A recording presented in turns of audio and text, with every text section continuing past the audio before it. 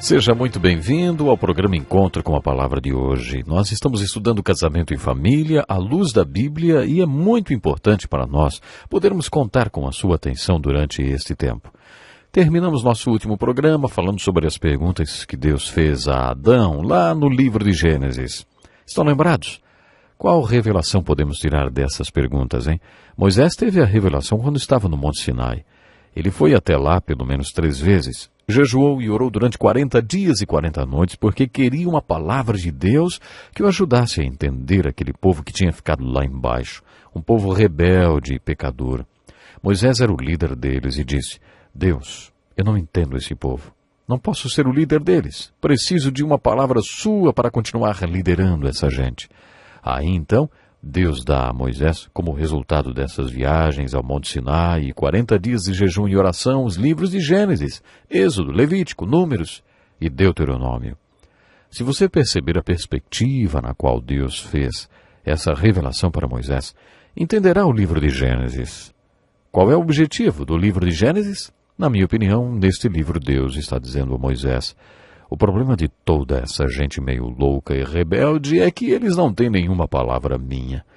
Você vai levar para eles uma palavra, essa palavra. O problema é que quando minha palavra mostrar para eles onde estão, ao invés de virem para a luz desta revelação e ficarem nela, eles vão se esconder. Quando Deus perguntou a Adão: onde você está? Adão respondeu: ouvi teus passos no jardim e fiquei com medo. Deus iria expor a nudez de Adão e Adão não queria isso. Por isso se escondeu. Percebemos um pouco da natureza humana com esse texto.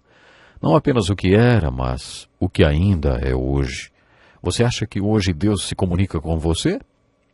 Você acha que Ele pode perguntar para você: onde está você? Será que você tem essa convicção que deveria estar em algum lugar, mas não está? Você acha que, para tomar consciência, Deus pergunta onde você está? Acho que isso acontece, que damos o nome a isso de crise de identidade. Sabe, foi o que eu vivi quando participei de um estudo bíblico. A segunda pergunta de Deus para Adão foi: quem lhe disse? Não é bem assim que está no original em hebraico. Outra tradução diz: o que te fez saber isso? Porque ele estava nu e se escondendo, e a voz de Deus iria expor sua nudez. Quem lhe disse que você estava nu, hein? No capítulo 3 de Gênesis, vemos Deus recapitulando com Adão o que tinha acontecido. Quem você acha que o fez descobrir isso? É claro que a resposta é: um Deus amoroso fez você descobrir isso porque Ele quer que você faça alguma coisa a respeito do lugar em que você está. Você está no lugar errado. A próxima pergunta nos leva a fazer um tipo de confissão. Você comeu do fruto da árvore da qual lhe proibi de comer? Acho esse negócio de fruto da árvore alegórico. Não quer dizer que seja um mito ou nem ficção, nem que não tenha significado. Uma alegoria é uma história na qual as pessoas, lugares e coisas têm um significado mais profundo, geralmente um significado espiritual. Essa é a definição de alegoria. Você já viu uma árvore do conhecimento? Já viu uma árvore da vida? Você já viu ou ouviu uma voz andar? Essa linguagem é alegórica. Mas o que ela está ensinando, hein? Qual é a verdade que ela ensina? A ideia da árvore é a seguinte: eu coloco você neste mundo. Sei melhor do que você quais são suas necessidades e posso satisfazê-las todas através dessas árvores. Você pode participar delas nesta ordem de prioridade que apresentei para você. Essa ordem de prioridade na qual Deus as apresenta satisfaz ou satisfez as necessidades dos olhos deles. Na Bíblia isso significa a mente, a maneira como você vê as coisas.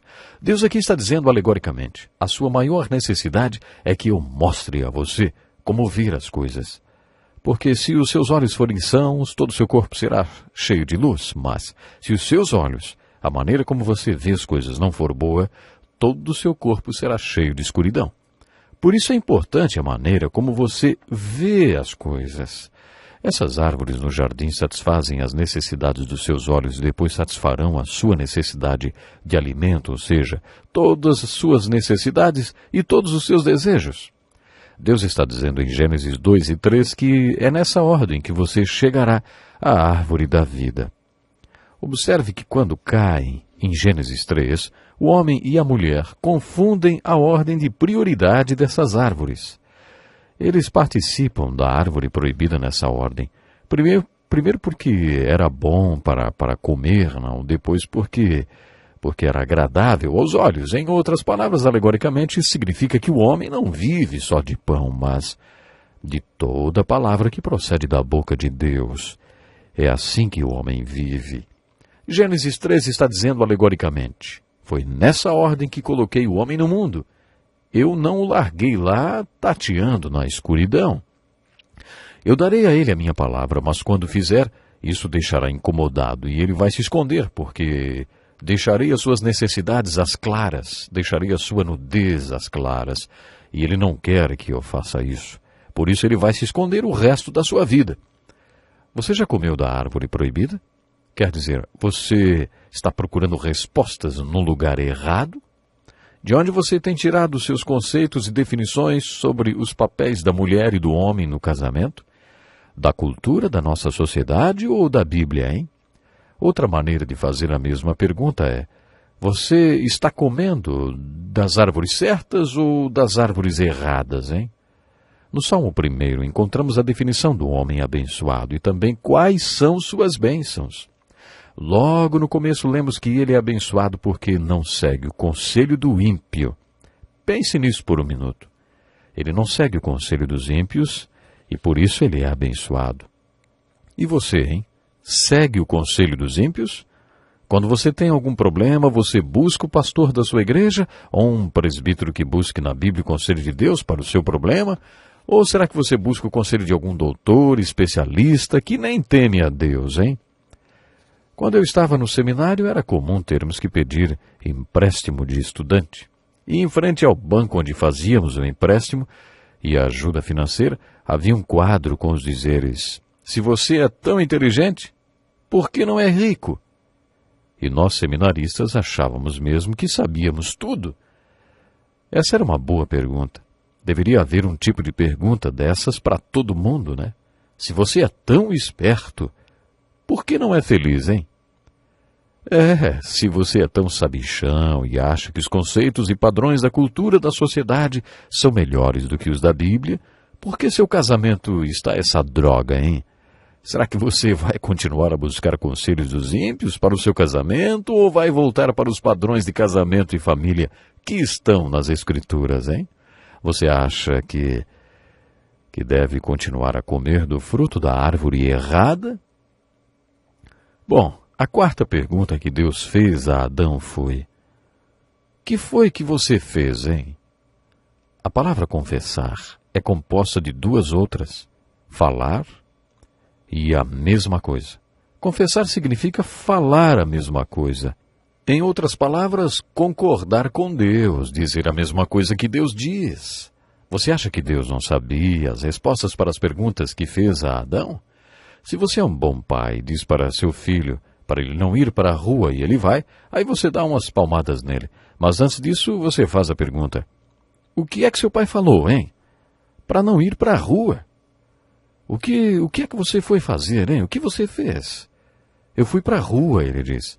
A essa altura, seu filho já está em agonia, mas é assim que temos que fazer.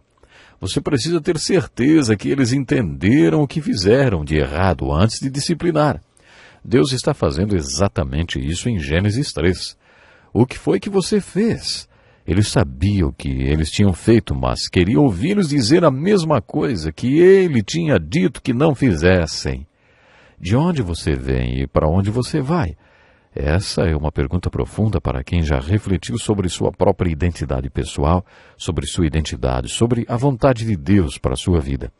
Esse é o tipo de pergunta que gosto de fazer na virada do ano. Durante muitos anos pastoreei uma igreja onde era costume termos, na noite de 31 de dezembro, um culto de vigília, de 3 horas à luz de velas. Durante esse culto eu dava um relatório aos membros sobre o que Deus estava fazendo na igreja. Durante 14 anos Deus não fez muita coisa ali, por isso eu odiava a noite do 31. Afinal, o que eu ia falar para aquela gente? Eu tinha que falar por 1 hora e não tinha nada para falar porque Deus não estava fazendo nada. Nunca vou me esquecer de uma tarde quando eu estava dirigindo meu carro para uma visita no hospital e ouvi pelo rádio do carro um comentarista falar o seguinte: parece que em certos lugares o ano que vem não vai trazer muita esperança de melhora. Parece que em países onde a situação está difícil, o ano que vem continuará sendo o mesmo. E ele continuou: lembro-me de clamar em voz alta para Deus. Não, eu não aguento mais outro ano igual a esse. Se o Senhor me der mais um ano igual a este, eu desisto. Foi assim que clamei. No ano seguinte, minha mulher ficou doente, muitas outras coisas aconteceram, mudando toda a nossa vida. Quando orei, eu não aguento mais um ano como este, as coisas começaram a mudar. Às vezes precisamos chegar no ponto do desespero para clamarmos a Deus pedindo a mudança que Ele quer fazer em nossa vida. Isso nos leva de volta à pergunta: para onde você deveria estar indo? A pergunta que foi feita a Esaú, que vendeu seu direito de primogênito por um prato de sopa: quem é você? É uma pergunta muito séria. Quando ele teve que responder a essa pergunta, ele gelou, porque trocara tudo por um prato de sopa. No Evangelho de João, essa pergunta foi feita ao maior homem já nascido de mulher, de acordo com Jesus. Perguntaram a João Batista: quem é você? Ele não quis logo falar dele mesmo de saída, ele queria falar sobre Cristo. Não sou o Cristo. E então, quem é você? Essa não é uma pergunta interessante quando pensamos no nosso eu? O que você tem a dizer sobre si mesmo? João Batista respondeu: eu sou a voz que clama no deserto. Nada mais, nada menos do que isso. Ele era aquilo que tinha que ser. Jesus falou que João Batista foi o maior homem que já viveu. Mas o que é que ele tinha de tão especial, hein? Ele sabia quem era e sabia quem ele não era. Ele aceitou a responsabilidade que Deus havia lhe dado, a sua missão, assim como também aceitou as suas limitações. No próximo programa vamos abordar um pouco mais sobre esta realidade. Até lá, então. Este é um estudo escrito pelo Dr. Dick Woodward, na voz do pastor Edson Bruno.